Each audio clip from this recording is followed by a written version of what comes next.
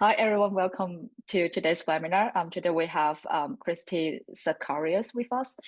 So excited. She's sustainable finance consultant at Systemic, known for advancing carbonization strategies and aligning capital flows with net zero goals. Her inspiring sustainability journey began at the age of 15 when she founded Riveria, a free English education program for unprivileged children. Today, we are thrilled to have Christy to share her story and also insight from her remarkable journey in sustainability. So please welcome. Please join me in welcoming Christy. So to start Thank you with, for having me. yeah.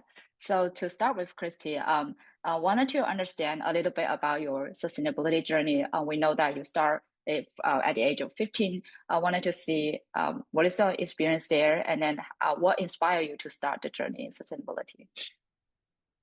Yeah, I think it didn't begin as like a specific focus on sustainability per se. I think that got refined when I started my career. But I think from when I was very young, like in middle school and high school, there has always been an attraction towards global issues in a sense that, Yeah. these issues are complex, interconnected, but at the same time, if you're young, then you kind of feel a little bit restless because you're like, how are these 30, 40 world leaders, like they come out with statements, for example, or like commitments, but you don't feel it or you don't see the difference that I could make. So I think that it's from that perspective that I approach things when I was younger. And I think that stayed with me in terms of, considering when you read the news, keeping up with global issues, and that kind of shaped the interest. Like, when as you grow up, as you learn more stuff, thinking, oh, it's Yeah. not as simple as it seems, it's actually a lot more complex.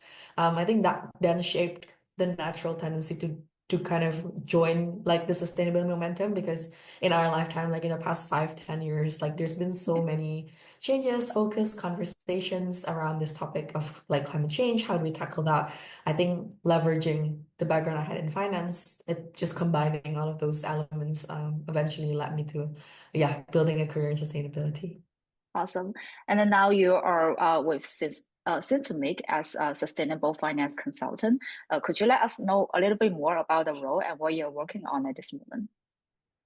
Yeah, so I think it's any consultancy role, it can be very varied. So like one day I could help like an asset manager or a fund manager think about what climate impact means to them. The other day, like you could be working with, I don't know, like a bank trying to figure out what sectors to finance or like, how do they greenify their portfolio exposure. So I think each day can be different. It depends on the types of projects, and you definitely get exposed to a different styles of problems, not just geographically. Like you could work with an institution in Africa, and the solution you bring would be different for institutions in Europe, for example. Yeah.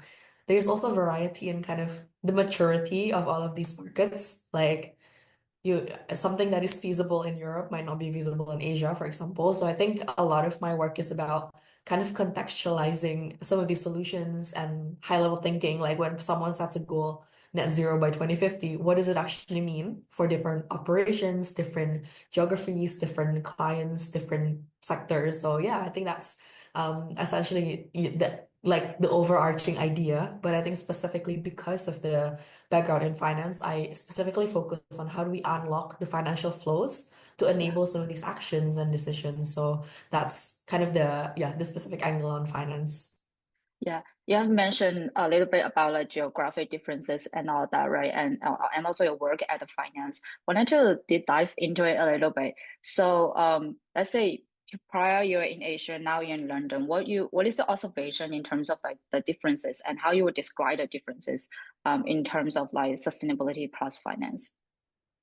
Yeah, I think a couple of things I would call out is like policy changes or political will in general.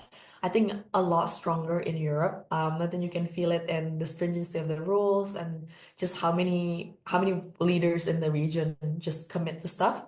So in Europe, there's definitely a stronger policy momentum and also just a more sophisticated, I think, reach in terms of the policies. In Asia, it is developing, but I think this concept of sustainability, it isn't actually new anywhere. Maybe people just refer to it differently in different jurisdictions, right? So I think Mhm. it's taken a bit longer to kind of ramp up and align with international best practices, for example. So I think there's that. I think also I think there's a disconnect in terms of there's a lot of money and capital flow in, for example, the global south, but Yeah. the pipeline isn't investable into their eyes for the global north. So like it isn't that they don't want to invest. I Yeah. think there is potentially a lack of understanding, a lot of transparency around investing in global north, maybe lack of governance, lack of track record. So I think the money is there, it just needs to flow from south to north. But Yeah. yeah, it just takes a lot more kind of aligning people's perspectives, finding the right pockets, the right projects, making sure the credibility is there. So that's kind of one observation. I think one is like, yeah, like the global north is more kind of in a position to give, in the global south, there's definitely a lot more need. Yeah. And reconciling the two is, yeah, a mix of policy, but governments and stuff. Yeah. Yeah, and you mentioned this could be actually one of the challenges that we are facing, right? Moving around the money into like targeted sustainability areas. Wanted to also have follow-up questions there, right? Well, as we stepping into 2025, and then we also have a lot of administration changes in 2024. So what do you see as like the trend and also challenges that we're facing in near and long term? Yeah. No, it's always challenging. I think definitely a strong trend is like one of caution, because it's partially a lot of leadership changes. I think Trump being reelected doesn't really help the climate cause, of course, you would have heard. I think also with new governments, it does take a while to kind of find their footing, find their priorities, making sure there's funding. So I think all of these changes at the government's policies and global levels, like it will impact the pace at which we do things. And I think there's a lot of kind of wait and see at the moment in the private sector. And I think that would kind of naturally shift sustainability slightly downwards in their Mm, agenda of executives. I think maybe if you ask executives 7, 8 years ago, what is your top three concerns and priorities? Like climate mitigation, climate adaptation, ESG would kind of be on that top three. I think if mm, you ask them now, it's probably things like geopolitics more or like energy mm. security and stuff like that. And it's all interconnected, of course. Like addressing energy security is part of a sustainable transition, is part of climate change, but like it's just a different focus. Like they're more focused back to the fundamentals, to their balance sheets, to their bottom line, to Mm, like whether they can be profitable as an organization. So I think those forces in action probably is not a super exciting start for sustainability professionals for the year. But mm, I also think you can either let those things discourage you or you can see it as an opportunity for you to be more creative, more innovative. Like, is there a way for you to reconcile economic growth with yeah, climate change? Like, is there a narrative or a story that has yet to be told there? yeah. There should be a way that we can find a balance between, hey, what has been prioritized as say like at national level and some of the things that we have been doing for very long, right? Sustainability as a topic has been there for more than half 40 years, right? So then it's not going to be gone. We have already gone through the process in terms of defining why we wanted to do it through research for quite a while, and then what it is actually, and then defining what it is, right, for quite a while. Now I think it's more like a phase that we starting to understand the how part, right? So I think it's not going to be gone for sure. It's that just like you said, right? How we can do it in a more creative and also productive way. So definitely 100% agree on there. I can tell that you're really passionate about what you have been doing, the way how you're trying to describe topics and all that. I wanted to understand a little bit more, like what is your driver for you to go so deep into sustainability and a little bit about like climate? Yeah. Yeah, I think part of it is frustration. I think picking back to the kind of like growing up childhood questioning, like, "Oh, how is this so difficult to crack?" Like, I think I'm coming from a place where it's like, we've been chipping at the climate problem for such a long time. As you say, there's a lot Yeah. of research, there's a lot of debates. And I think it's coming from kind of a restless place as well, because it is, to me, I'm like, I'm struggling to see how we couldn't be more forward looking or longer term looking and Yeah. when we're planning for our businesses, our children, our future. So like I feel like it's coming from that sense, like the restlessness and the scale at which the Yeah. problem is progressing. Mm, Definitely. I think The other thing is also if I'm sure you've seen the shift of like, if you're born like recently, like millennials or Gen Zs, like they have a more kind of like they want to work on a bigger purpose, like a Yeah, problem that is more system level problems, or like a problem that yeah, is a lot more. They just don't want to go to work for the sake of earning money or like making a living, right? I yeah, think it's yeah, tied to that need for having a purpose as well in my career. So I think it's, yeah, those both. Like I feel it internally, but also in terms of shaping a career for, yeah, a resilient one in the future. It's, yeah, tying it to a bigger purpose. yeah, for sure. And then I think a lot of young people, leaders at this moment, they also wanted to like step into sustainability, like yourself. And now what we have been seeing is like it's actually a trend of like younger generations. They wanted to start the same, maybe like 10 in their teens and all that, just like yourself. What could be some of your advice or suggestion for them, for the ones who wanted to start the journey?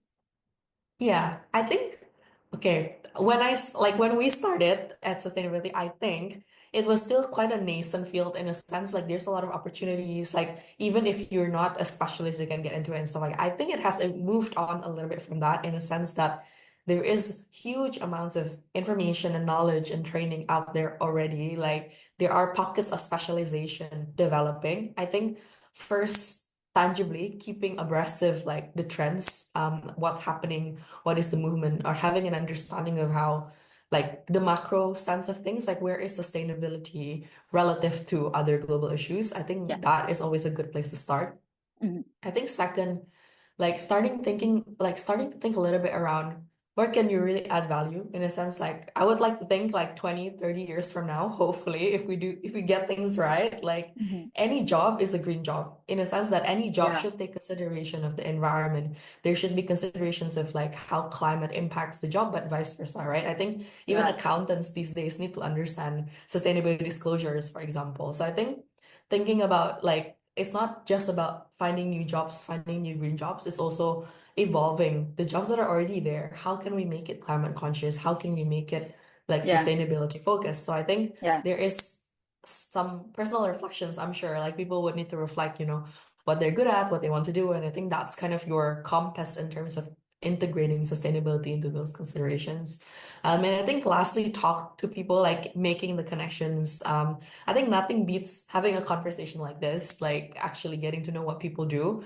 And I think that's the only way you can kind of map out the possibilities, learning yeah. from the people who have come before you, so that those best practices don't just disappear into thin air or just a trend, but you can continue it into, yeah, as you decide what you want to do. So yeah, those three things. Yeah, thank you so much for that. I can definitely resonate a lot. I think the just like you said, like the things are already there. It's more about how we can incorporate the elements of sustainability. I think let's say just from like education perspective, previously I think the one element before sustainability could be ethics. Where towards the end of all the majors that we learn, and we have a small chapter about ethics. Then now it's like how we can have another chapter regarding sustainability. So then people being able to aware, hey, when we make decision, how can I best incorporate it into my decision making process? I think that would be a really meaningful process. And yeah, that's all from us, Christy. Thank you so much for joining, and thank you everyone for joining today's webinar. So